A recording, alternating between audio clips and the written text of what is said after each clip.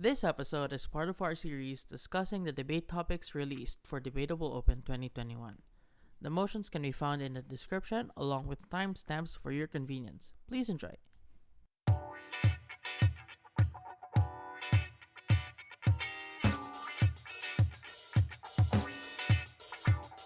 Hello everyone, welcome to another episode of Debatable. Our guest for this episode is a two-time ESL quarterfinalist in Worlds, a two-time Octofinalist in UIDC, and also a national grand finalist. They've been working to forward gender equality and equity through their work at the Philippine Commission on Women, which is an agency that was created by the Magna Carta of Women. Welcome to the show, René Gandeza. Thank you so much for agreeing to be a motion contributor for our tournament. Thank you so much for having me. It's an honor to be here with you guys. Yeah, welcome to our show. So before we get started with the motions, which I really liked, we have to ask first something general about gender as a theme. So what do you think makes gender unique as a theme, and what do you think debaters have to keep in mind when they encounter motions and a set like the one that you set here in this tournament? I think what makes gender motions interesting is that firstly, it's so ubiquitous that you come to expect every single tournament's going to have it. So it's not something that's going to surprise anyone. It's not something that you come in a tournament and find yourself getting flustered when a gender motion appears. But at the same time, what makes it interesting is its familiarity also results to oftentimes a lack of a nuanced debating to the motion. Because what's interesting about gender motion is the themes surrounding it and the issues and the controversies surrounding gender debates in general uh, tend to be recurring. However, the nuances are very different depending on the context, uh, the time, and the actors that are involved. And a lot of these specific nuances often gets lost in the process. So I think ultimately what makes it interesting is that one, it's very accessible to everyone.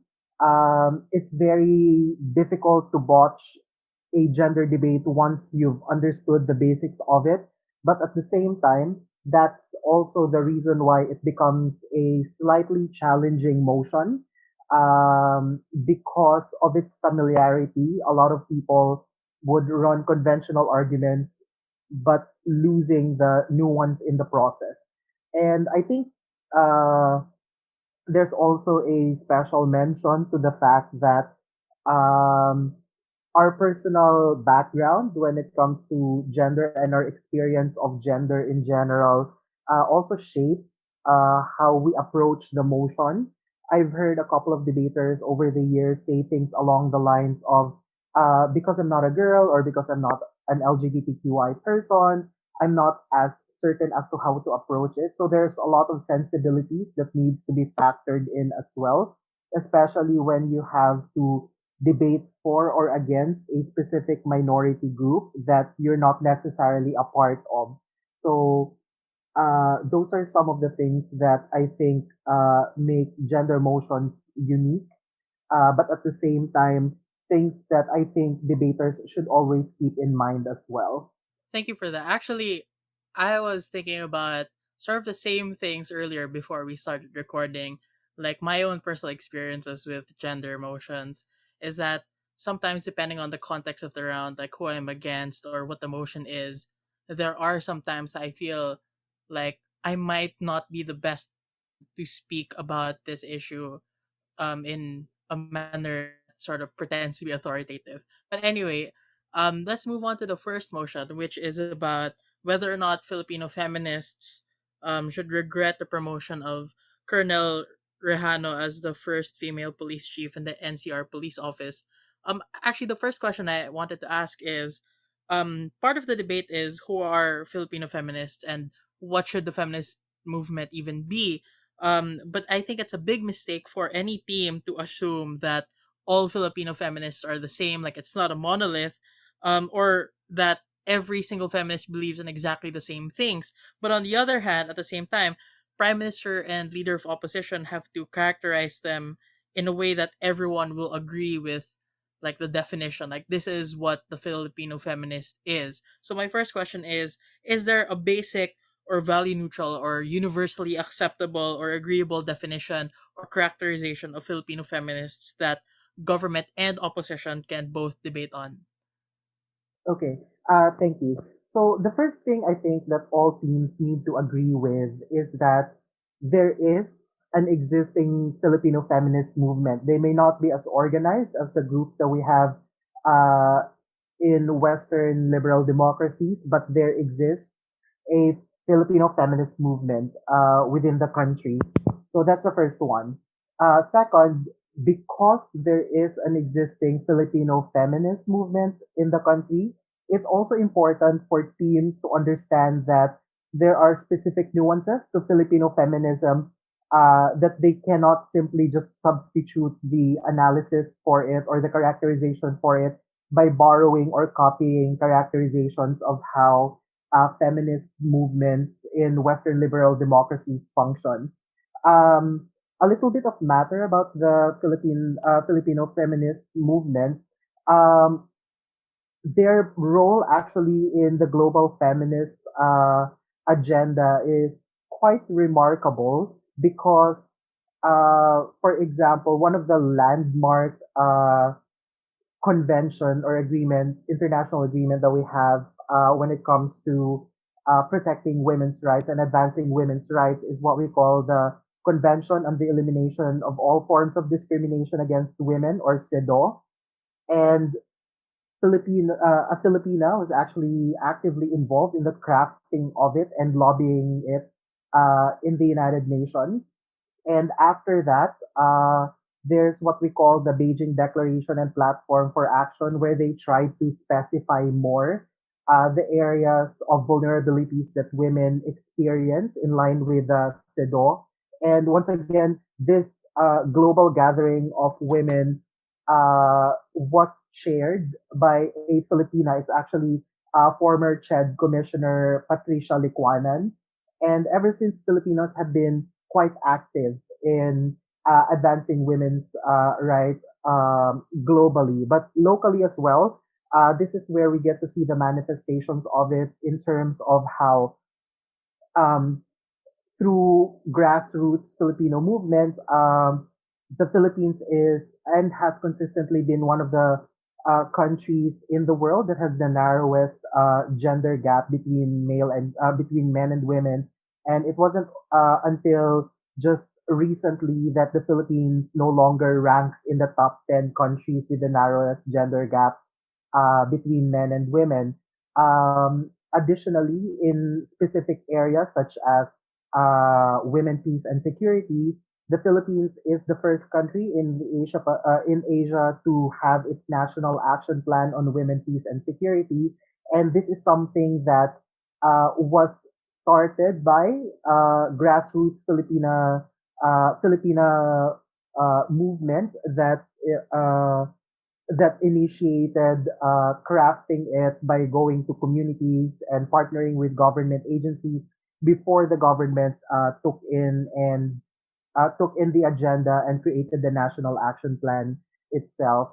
Um, so those are just some tidbits. The other thing I think that debaters should agree on when it comes to um, Filipino feminists is that there are still rights that are afforded to our Western liberal sisters that is not as accessible in the Philippines. For instance, uh, access to institutions like institutional remedies like divorce, for example. There is still a lot of legislations that we have that are not exactly women friendly.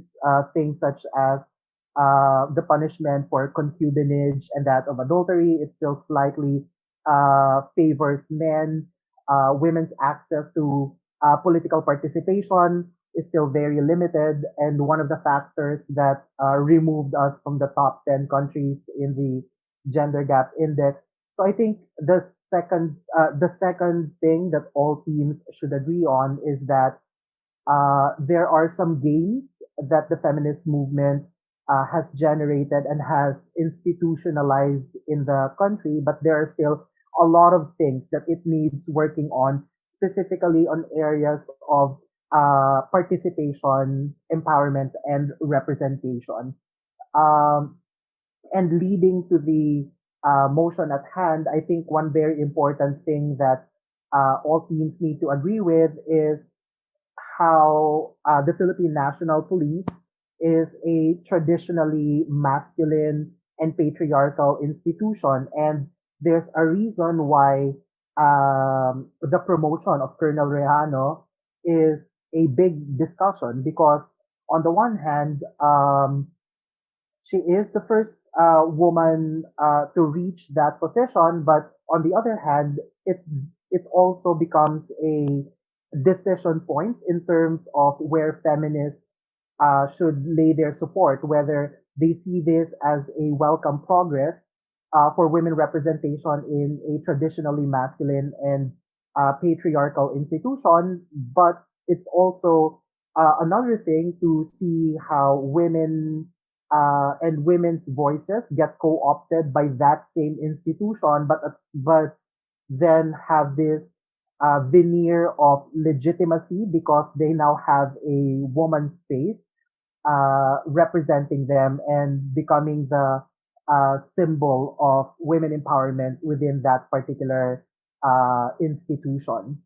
I really like the point about representation and participation.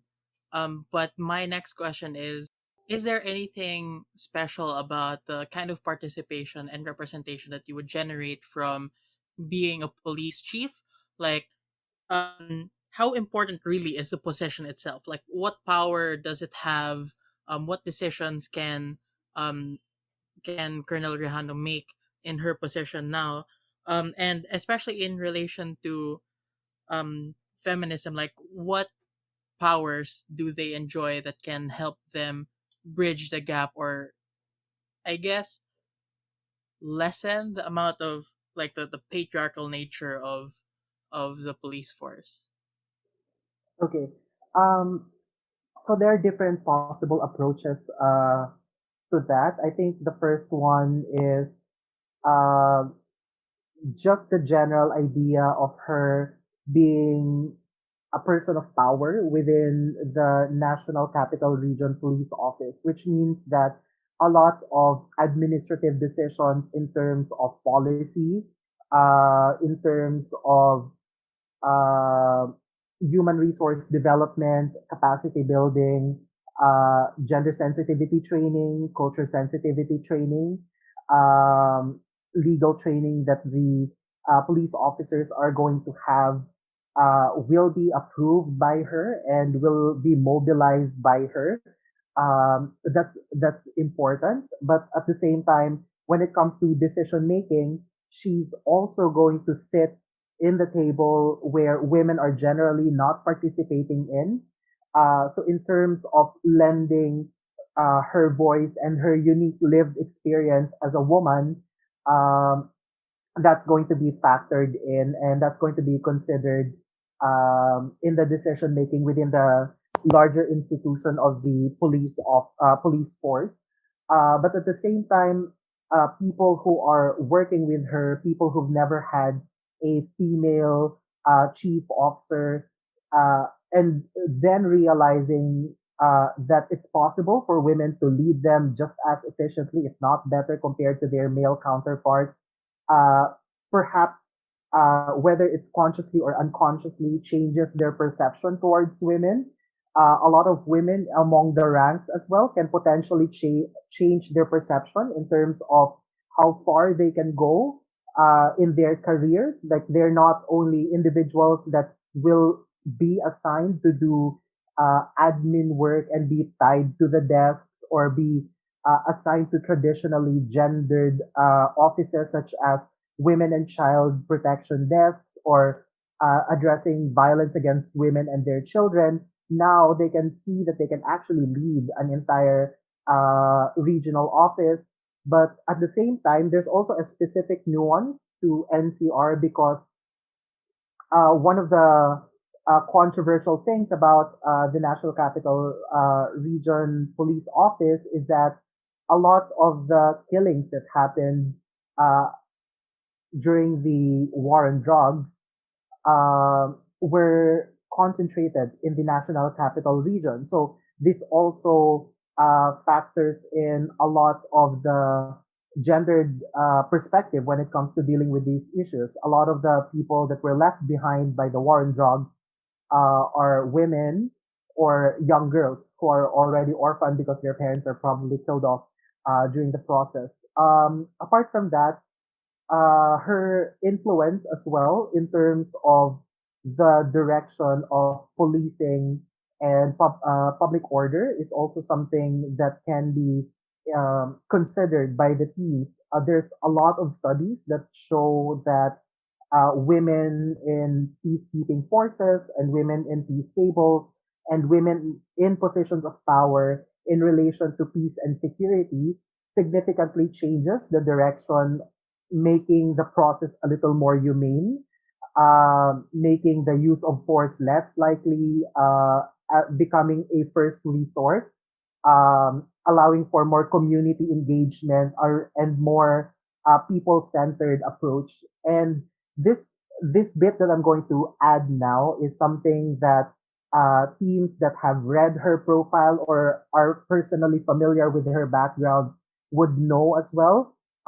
Colonel Rejano is actually quite an interesting figure, at least for me, who has worked within the Philippine Commission on Women, because Colonel Rejano has uh, served as a gender development focal person for the Philippine National Police, which means that one, she is familiar with the legal mandates requiring the sensitivity, in particular, to gender dimension in the police forces and the peacekeeping forces.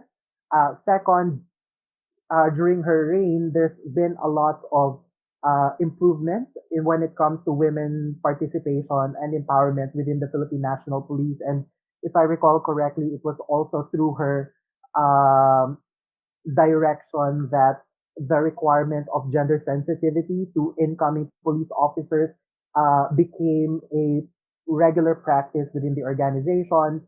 And at the same time, it was also through her leadership and direction that the Philippine National Police's expenditure, gender and development budget allocation has increased. So I think these are also things that people can factor in if they have a bit more idea about Colonel Rejano as a person. So I really like the discussion so far because I think it encapsulates well like what both sides need to be defending. So on one hand, you do have empowerment for women, but on the other hand, you do empower as well the police that has been oppressive towards women for the longest time. But in debates like these, I wanted to ask if I know it's a gender theme, but would it also be possible to bring in politics into the mix? For example, like is her presence, for example, as a feminist or as someone with a background in gender, does it embolden the hold, for example, of this current administration? Is that an angle do you think debaters can explore as well? Okay. First and foremost, I think what you mentioned, Nina, is something that all debaters should do whenever they experience or whenever they debate gendered motions, and that is to understand that gender issues are not a standalone issue, but gender issues intersect with other social issues such as politics, etc. So, to answer your question, it is very important to consider that because if you look at how the Duterte administration tries to ward off a lot of questions about the president's misogyny and sexism, whether it's in his jokes or official pronouncements, is for them to refer to the development that is done in Davao. And admittedly, Davao is one of the more progressive cities and local government units in the country when it comes to advancing women's rights, particularly with the city ordinances that they have. They do have a development council. They have a lot of facilities and institutions that are specifically designed and built to address women's concerns. So to answer your question, it can potentially be used once again by supporters of the administration uh, to justify that the administration is not sexist at all. Because look, we have promoted someone who is an advocate of gender and development, or look, this is the first female chief of office of the National Capital Region Police Office. So definitely the president and the administration is not sexist. But I think teams need to be conscious as well when they use that as an argument against the promotion of Colonel Rejano, because they also need to situate that in conjunction with the uh, actual capacities that she has as a chief of office. Because while she is directly mandated as well by the command and instruction of the administration, the actual implementation of these orders can also be modified by her depending on how she sees the implementation of these things. So it's important for people to consider politics when debating this issue, but at the same time, the discussion of the politics should not be black and white. It has to be very nuanced to the different actors that are involved. I think before we wrap this up, I just want to ask, like, if there are other arguments you think that debaters, especially if this was a BP round, for example, and there were closing teams, what other forms of focuses or angles do you think can be explored? Because I think you already mentioned quite a few, especially in terms of gender and looking at the dynamics and the nuances of Philippine politics in relation to it. But I was just wondering if you had any more ideas that you think would not be very apparent in a motion like this. Okay, so far the things that I did talk about were very centered on the specific stakeholders that have their proper nouns identified. I think the other things that can be explored is in terms of direction setting of the feminist movement. So I think it's important for teens to know and understand where the feminist movement is now and where it envisions itself going forward, because most of the discussion that we did talk about previously were a little too specific and a bit more micro in terms of their analysis by looking at specific institutions or specific individuals. I think closing teams can explore looking at the wider application of it in the macro, by looking at the direction that the feminist movement is going, not just in terms of its relationship with a specific sector of peace and security, but looking at the wider direction of advancing women's rights in general. Um, that's another thing that I think teams can explore in the closing teams, and of course, a lot of the things that may perhaps not be concluded in the opening teams in terms of the implication of how they characterize what her role would be in relation to the larger institution of the national police, and in relation to the larger institution of this administration. They can also look at the implications of these in terms of where the feminist movement would be going as a decision point, because ultimately the motion does ask us to look at this from the perspective of the feminist movement in the Philippines. Thank you so much for that really rich discussion. So I hope that if you're listening to this episode, you got a lot of ideas on how to run this argument, regardless of if you're in government side or opposition side. I think we can now move on to the second motion, which reads: This House believes that the shipping of non canonical queer characters is a step back for genuine queer representation in media. And I find this motion really interesting because when I first saw it, started thinking about all the shipping wars that happen online and the phenomenon of people like finding characters they really like and then shipping them and pairing them up with other characters that they also like or even dislike. So the first question I have is, this shipping as a phenomenon, do you think it comes more from viewers or do you think it's something implanted and intended on by authors? What I think is interesting about shipping is that its origin can come from either direction. To a point, I think we can say that the act of shipping and the direction of the actual material that's born out of the shipping becomes a form of communication.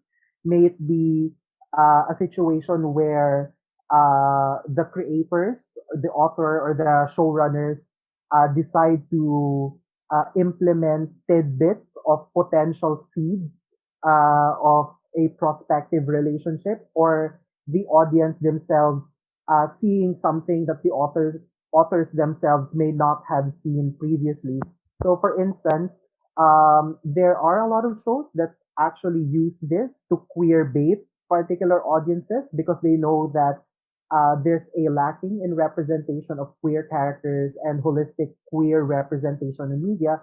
But on the other hand, there are also instances wherein um, it's the audience themselves that first saw the prospect of it, and then later on, there are two directions to this one. Either one, the shows pick up on the shipping phenomenon and make adjustments to their storyline to start adopting the shipping, or sometimes they just outrightly deny it and reject it. So there are some examples of this. For instance, X Files, for example, it's a show that started out with the two protagonists not being intended to become lovers. As a matter of fact, that's part of the character design that they have, where they're presented to be two polar opposites, at least fundamentally in their beliefs in relation to the work that they do. So one of them is a little skeptical and is not believing of what is not seen and what is not manifested and can be uh, empirically proven. And then the other one believes in something that is not known to us, something that we may not see, etc. But the way that these characters interacted with each other, the fans started seeing it with a romantic undertone. And because this subset of fans were so eager to ship the couples, eventually the direction of the show started leaning into that and actually made them into a real couple. There are also instances, say for instance, in Merlin or Sherlock Holmes, where they actually rejected, the showrunners actually rejected any notion of them being romantically involved. As a matter of fact, even in Sherlock Holmes, even the prospect of uh, a potential bisexuality or queer exploration was quashed by the showrunners by saying that that's not really what we intended. In the case of Merlin, they neither affirmed nor deny the bromance between Merlin and Arthur, but the show did recognize that some of the fans are very invested in seeing the romantic progression of the story. So in the subsequent seasons of the show, they tried to allude it more than in the previous seasons. So to give a short answer to your question, it can either be coming from the audience, it can be intended by the authors themselves, or it can be a combination of both, depending on the success of the shipping and how aggressive the fans are to ship them and how receptive the showrunners are when fans do ship these particular characters. We can move on to the next part of the motion, which is about genuine representation. First thing I wanted to ask was that why is shipping in general significant to representation? So, like, what is the connection between shipping and representation? Okay. I think in general, teams have to agree that right now a there's a lacking of queer representation on media, and more often than not, when there is a show, a movie, or a series that is targeted to queer individuals or to LGBTQI people, they do have a tendency to be a bit niche, so it's not as accessible. That's the first one.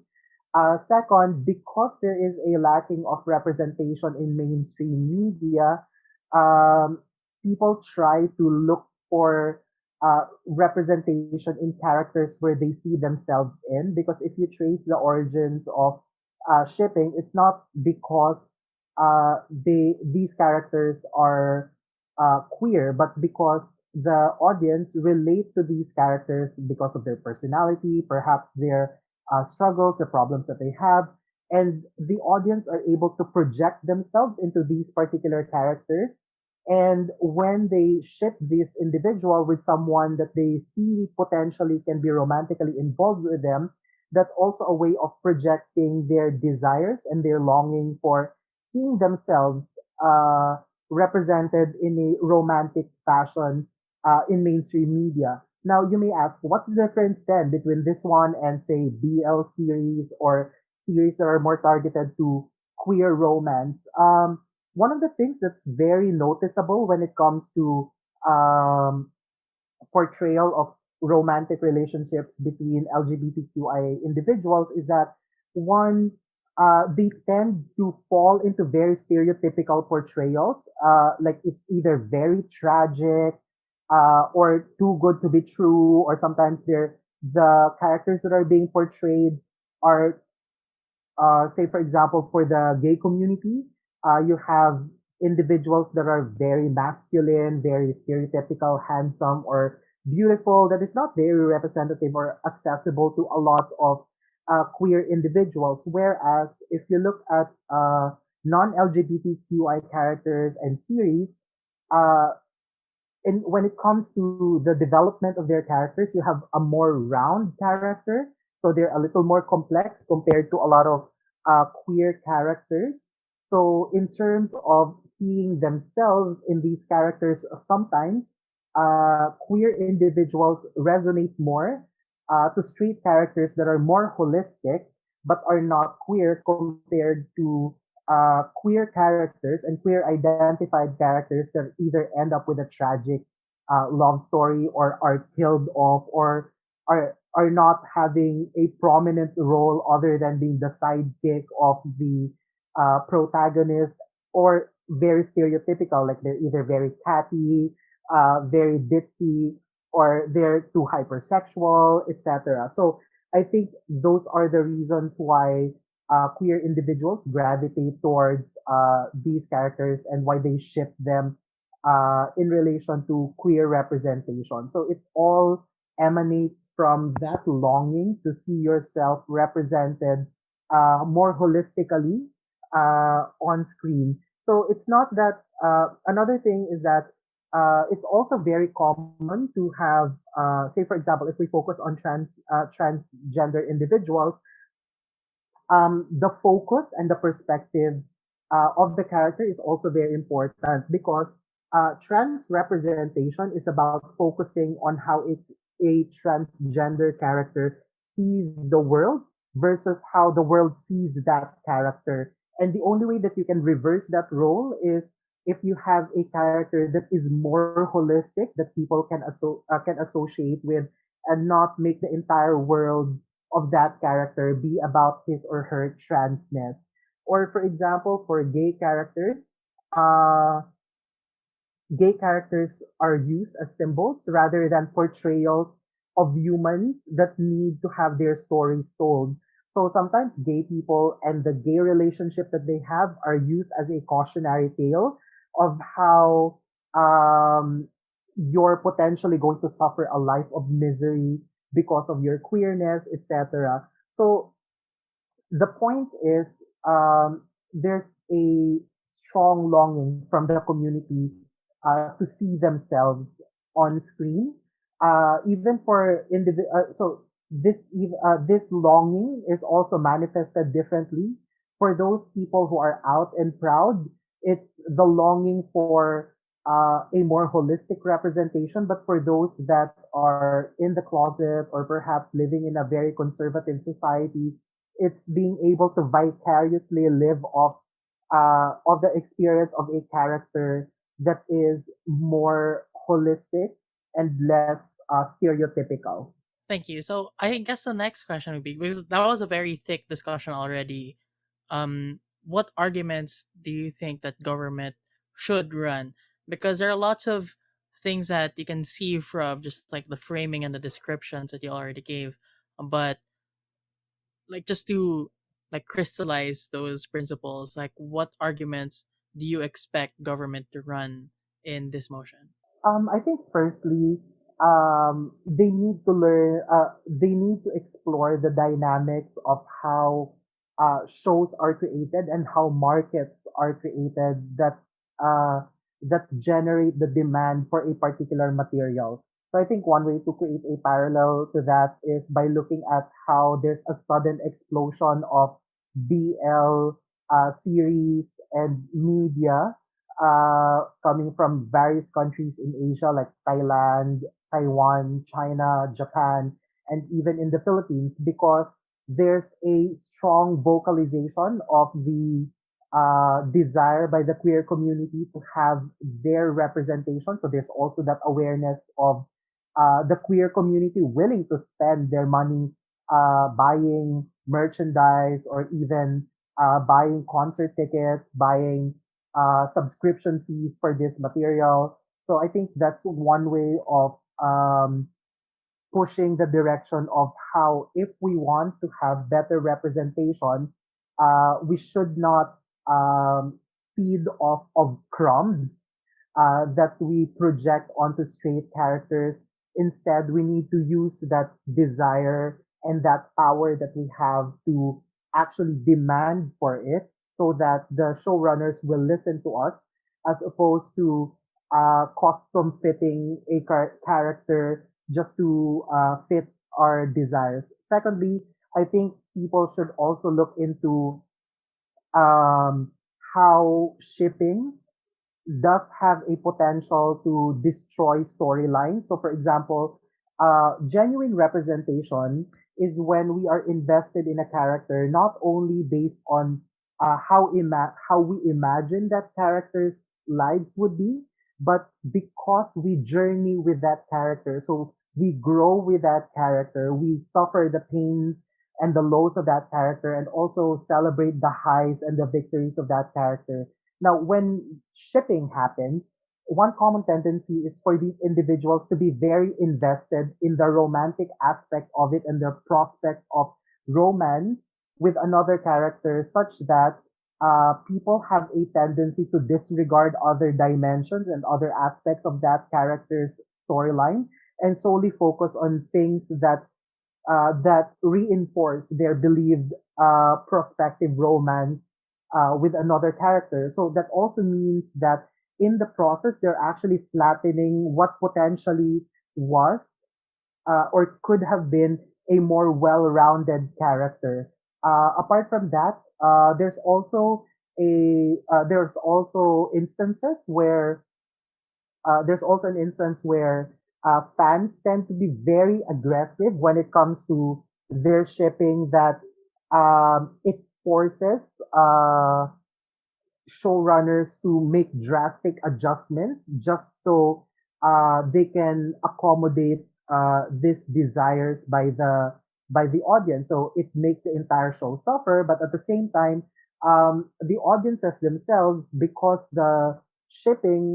because the romantic reward that the show customized to accommodate their fantasy wasn't rooted deeply in the narrative of the story, ends up half baked. So even if you do end up seeing the relationship fully realized, it's not as rewarding because the way that the relationship was built was not integrated into the DNA of the show. So all of these things can be factored in when you're looking at queer representation. You may also want to look at how prospectively actors that are playing these characters would potentially be asked about these things in their press junkets or in their interviews, and how sometimes they may reinforce negative stereotypes or may potentially even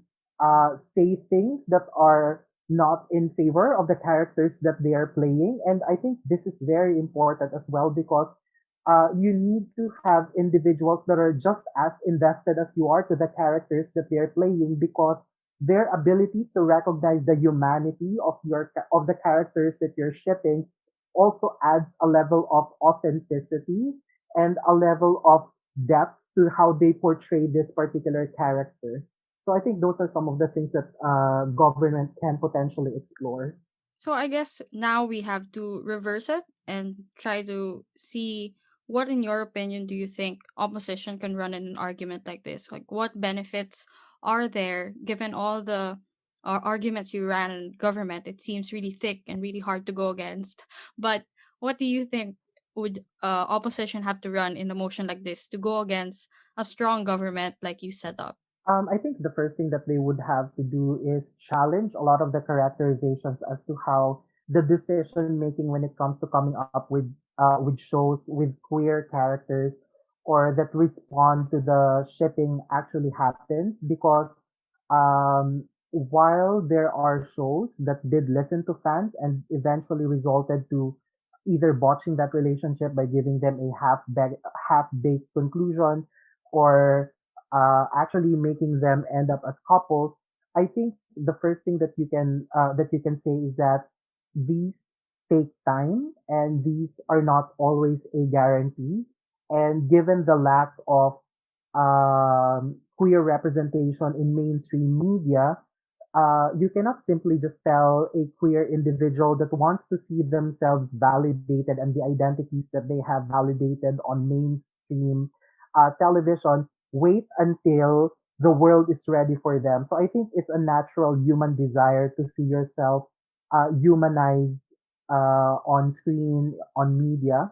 So I think in the process, you're allowing that moment of reprieve for these individuals, in contrast to the perhaps less than acceptable reality that they exist in. That's one. Second, I also think that teams can strategically say that when you do invest in shipping, it doesn't mean that you're already canceling out any and all alternatives for genuine queer representation. As a matter of fact, that also becomes a signal for companies that perhaps previously were not invested in coming up with genuinely queer characters to start thinking about the potential of it because if there's such a strong fan base for actually not queer people, then perhaps there is money to be had and there's actually a market for a genuine uh, queer character or queer centered narrative. Of course, the other side can potentially say that, well, the company will just continue giving us queer baiting and characters that they will hint to be queer, but not really, especially because people are already profiting from it anyway. So there's no incentive really for them to come up with a genuinely queer representative media. But at the same time, these corporations and these companies also recognize that if they do make it canon and if they do make it explicit, the fans are going to be more invested in it. So there's also that bit of discussion. Apart from that, there's also what I've said earlier. A lot of these media are mainstream, which means that in say if you live in a very conservative family somewhere in a redneck state or perhaps a deeply religious family, say in the Philippines, for example, you often watch these shows with your family members or probably bigoted, which means that even if there are better alternatives out there, the likelihood of you having access to these media is still very less likely. And even if people will say, oh, you can subscribe online, but some family members do snoop in your search history, or sometimes even if you subscribe to paid services like Netflix or HBO Go, etc., the fact that the choices that you've selected and the shows that you watch can potentially appear and become a point of discussion by your bigoted family is something that a lot of people does not have the luxury of having with their families. So I think this is a way for them to compromise being able to watch something with their family and live off of that fantasy that clearly they resonate with, but without the need to have to discuss it with their family members. Or if you're very deeply closeted, it's a way for you to still have that legitimacy of the identity that you have without being forced to confront the need for you to come out in the open.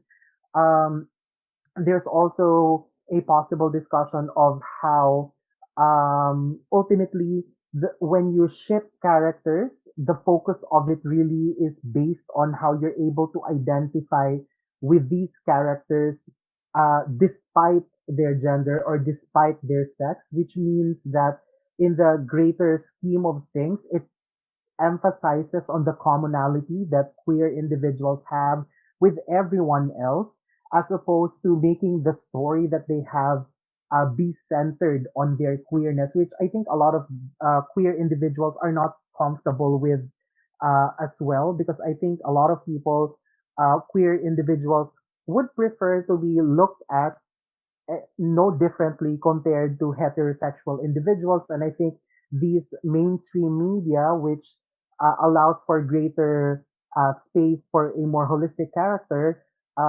gives them that compared to uh, queer representation in a queer specific media. Our last motion for this set is about finding allies. It asks the question: should the LGBTQI movement and its allies in the Philippines co opt religious groups in order to pass the SOGIE-based Anti-Discrimination Bill? Or what would it mean to co opt religious groups? Like, does it mean taking a religious stance on something else? Does it mean finding a favorable reinterpretation of scripture? What exactly does it entail when we say, let's co-opt religious groups? I think some of those things that you have mentioned, Kyle, already fits into this.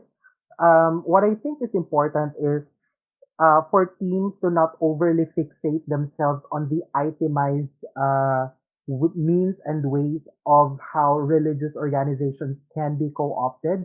But I think what they need to understand and really have to defend is that potentially you may have to make compromises. Potentially you would have to make sacrifices to build this particular alliance, unless because it's impossible for them to have a one-sided debate where they will say, "Oh, of course, these religious organizations are going to give them everything that they want," because the things that you have identified, either finding a more favorable interpretation in the scripture, or them standing up for other religious issues or social issues, of course, these religious institutions would support them for as long as it's aligned with their dogmas and what they fundamentally believe in. But of course, we need to understand as well that there will be compromises. So I think the first strategy, either for both government and opposition, is to acknowledge that one, there will be a trade off,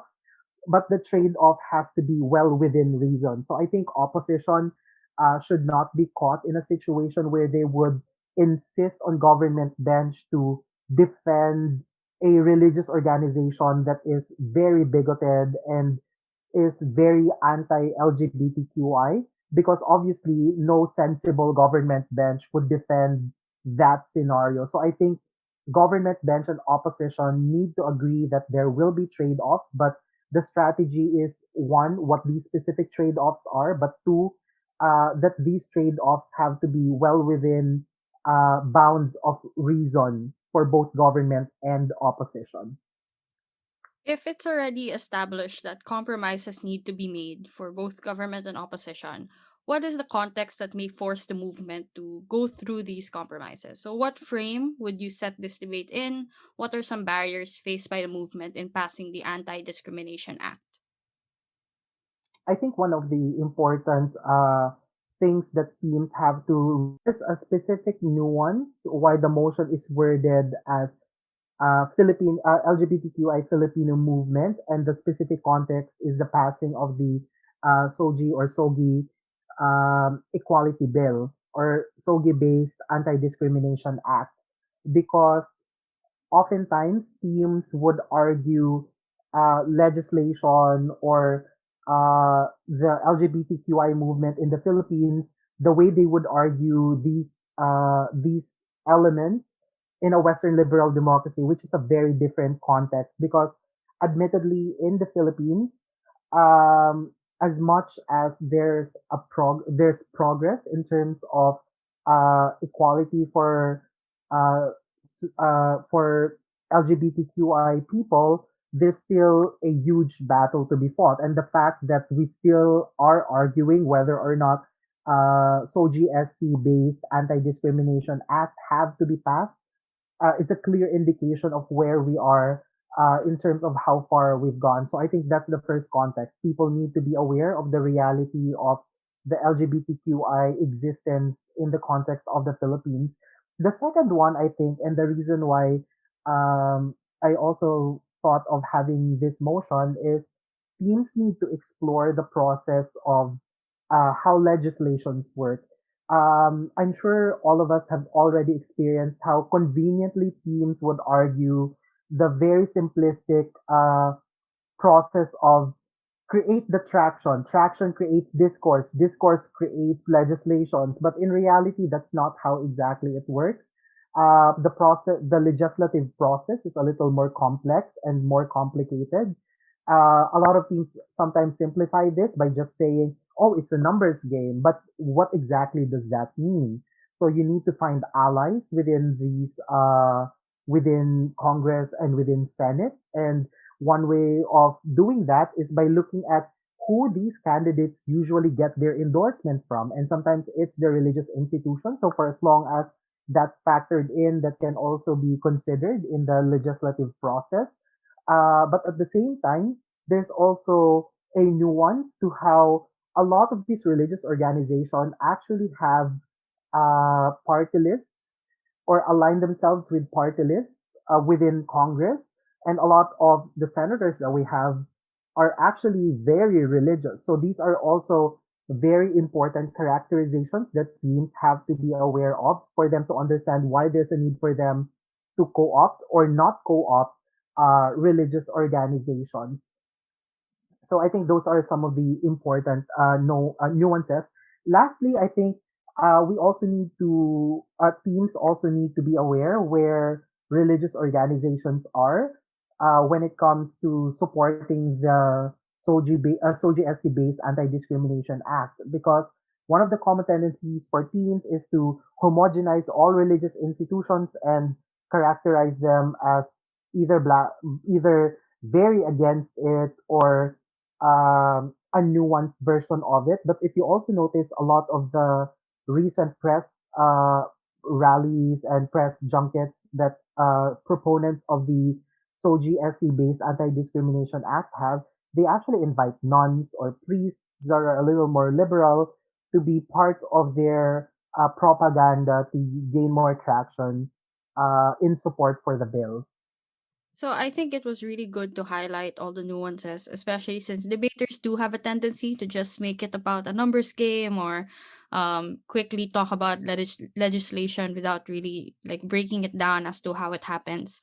So I guess for government, my question would be, how would you break down the role of the religious groups, and what do you think government can run to prove that the movement is much stronger with the association and the allyship of religious groups? The first thing is for people to acknowledge that religious organizations and religious life with your experience with the divine is integral to a lot of Filipinos still. So to deny the power and influence of religion amongst Filipinos will be dangerous for the government bench, especially again if we connect this to the legislative process. A lot of the legislators that we have come from provinces, come from cities, or come from LGUs that are very religious. And oftentimes, these individuals have close connection with their archbishops, with their religious sects within that particular communities that they have.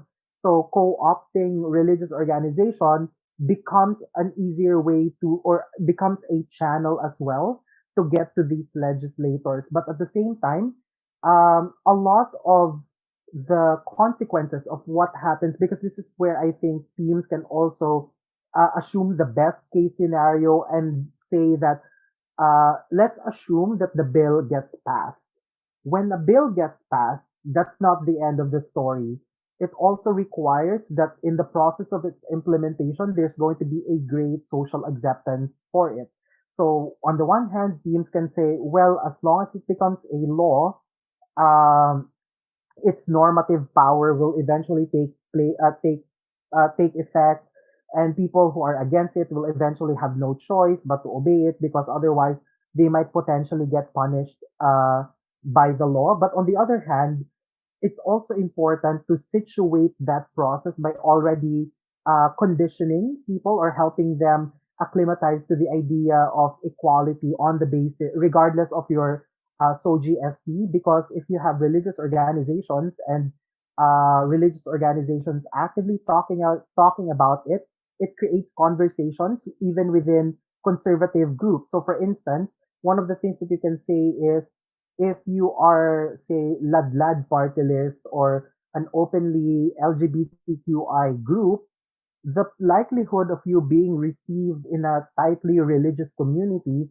is very less likely. But if you channel the discourse through the religious figures or through their religious institution, it's more likely for them to be more receptive of it.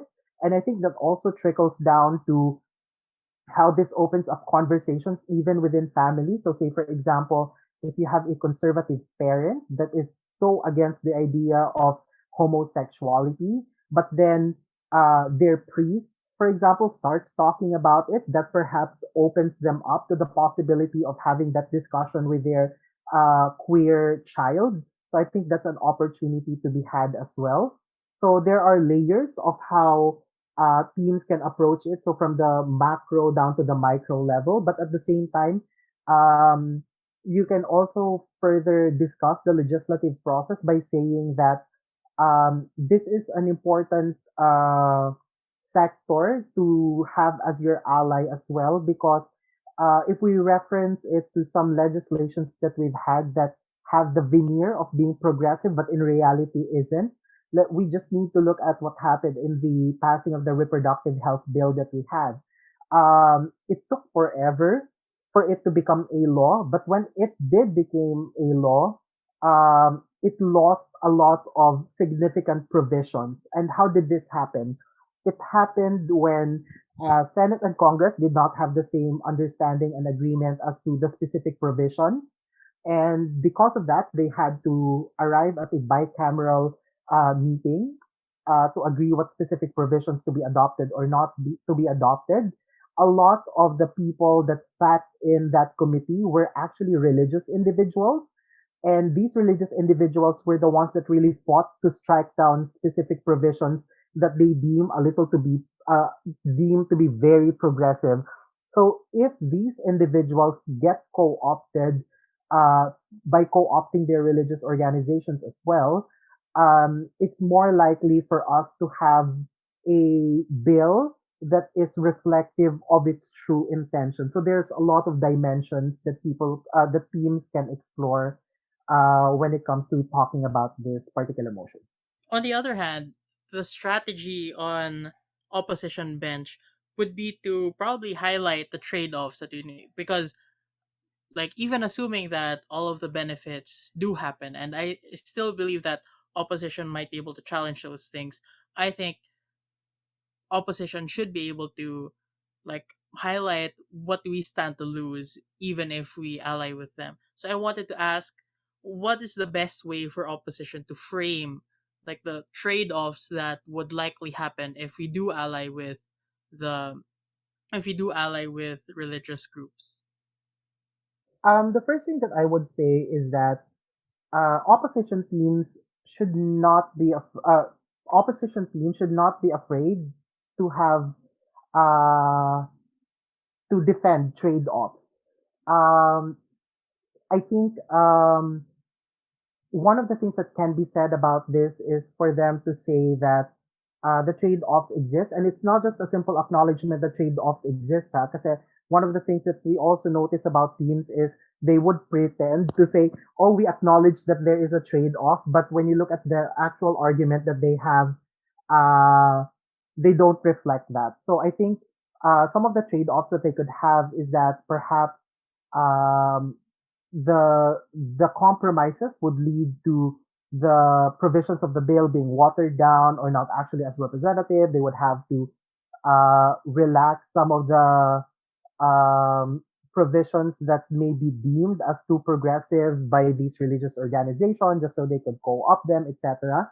Um, One of the things that's very important is for them to highlight what the bill is for and who the bill is for and why it's so important to ensure that the most salient, which may be deemed too progressive provisions of the bill have to become non-negotiable and how that decision has to be controlled by them exclusively.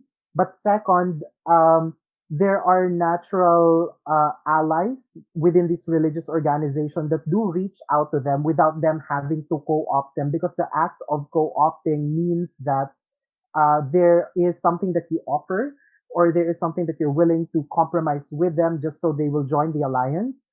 But I think you can also focus on highlighting how if these individuals really do care about the movement and if these individuals really are genuinely supportive of the cause, they will find their way into the movement without us having to co-opt them because they will be actively supporting it regardless of whether we reach out to them or we prompt them to do that. They will do that on their own voluntarily. And I think that's a more auspicious place to begin the alliance rather than us actively seeking out these religious organizations because in the process, you might, like what I've said earlier, end up making too many compromises that you lose the focus on what the bill genuinely is for. Second, you can also talk about how the initial bill that may be passed may not be a true reflection of where we want the movement uh, to to go in terms of the benefits that's going to be afforded to it. But you can also analyze how laws sometimes just need laws exist in a way like building blocks that you need to have the first legislation first and then later on can be expanded. So for instance, there are a lot of legislations that we have that to some extent um, appears to not really favor the people that it seeks to protect. So, for instance, the anti-rape law that we have obviously still provides a general protection to women and young girls who are the more common victims of these crimes. But there are a lot of provisions in it that are not exactly considerate of the real situations and the real lives of these women. Say, for instance, there's a forgiveness clause wherein if your perpetrator chooses to marry you, it cancels out the crime, or how the age of sexual consent is a little too low, etc. So these these uh, amendments are being tackled and talked about, but they're not being talked about and they're not being pushed without any foundation. So the foundation was already laid down, which makes it easier for them to demand for these amendments because the foundation is already there. So I think similarly, um, it's okay for us to have the legislation that first, even just the acknowledgement that there is a need to equally protect all individuals regardless of your SOGIESC. If that's already there, it makes it easier for local governments that are more progressive to start legislating in similar fashion as well.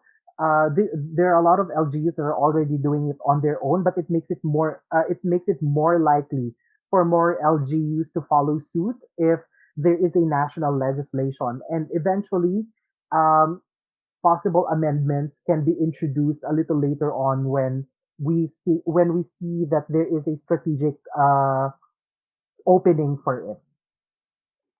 So thank you so much for all those arguments. I found it really insightful. Despite the motion being very common and very well, not very common, but something that is not very new to a lot of debaters.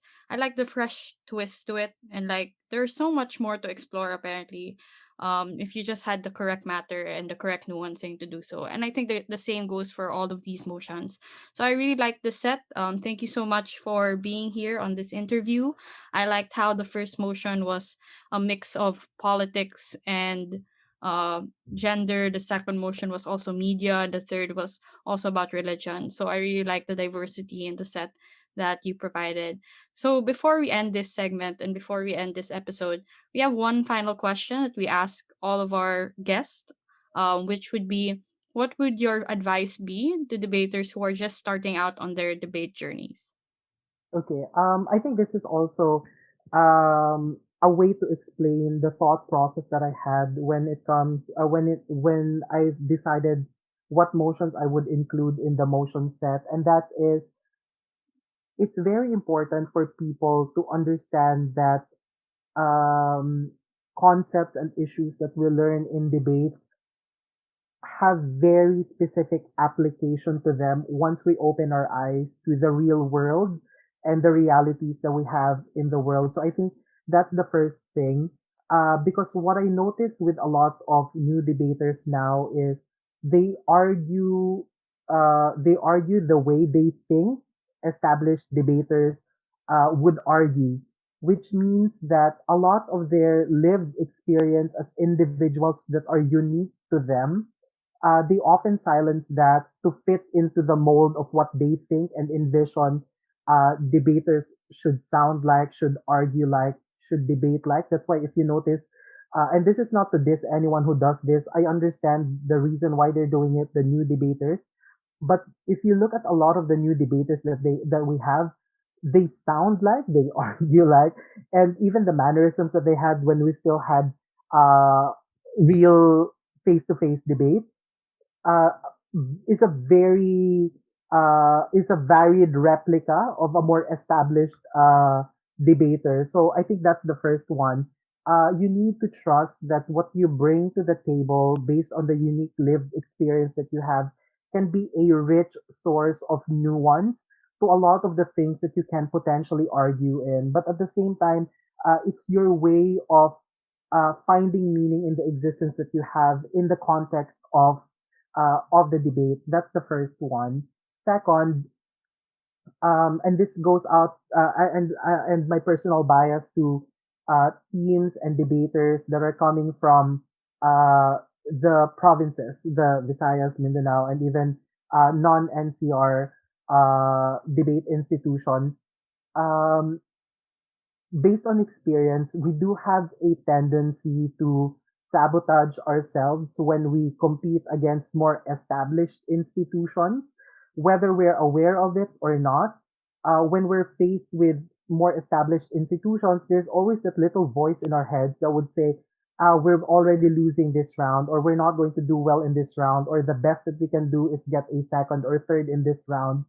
Um, what I want younger debaters from the provinces to realize is that, yes, a lot of these institutions may have access to better training, to more experience, to more international exposure, but that does not mean that you're any less or that you're less capable than they are. But where it begins is your belief that you can actually win against them.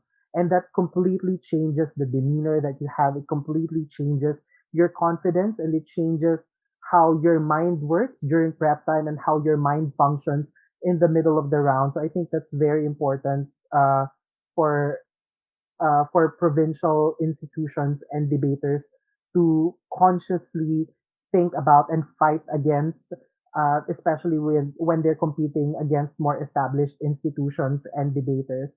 Um, the last one, I think, for new debaters, try to have fun. While winning is a very important thing to aspire for, realize that the things that you will learn in debate are things that more often than not you will not learn anywhere else. You probably would not learn it in your classrooms. Um, but these are things that hopefully will not just end in the corners of the debating room or in the debating world that you exist in. I hope you find ways to genuinely apply it in your real life and the decisions that you're going to make in the real world, because I do have this strong belief that the debaters that we have right now are potentially going to change uh, the world, the country, because these are individuals that have a strong sense of themselves.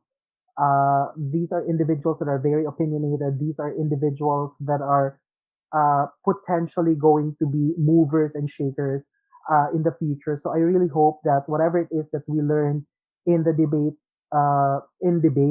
will not just remain there, but we actually have to find a way to apply it in the real world. So those are the three things that I would leave them. And lastly, for new debaters, if you are of age and if you are not a registered voter, please find a way to register and make sure that you vote by 2022. It's very important for you to use that power. Thank you so much. We agree with basically everything that you said. Please register to vote. It's an incredible power, and you might not think that it's a big deal, but your voice does matter. Your voice does count. We also absolutely agree that the voices of this generation of debaters and all the future ones are definitely going to change the world, and that's why it's so important for us to develop people's ability to think critically and express themselves, and in all the many ways that um, change the world. So that's it for this episode of Debatable and this post debate analysis. Thank you again, Renee, for all the insight. We'll see everyone in the next round. Bye bye. Bye. Bye.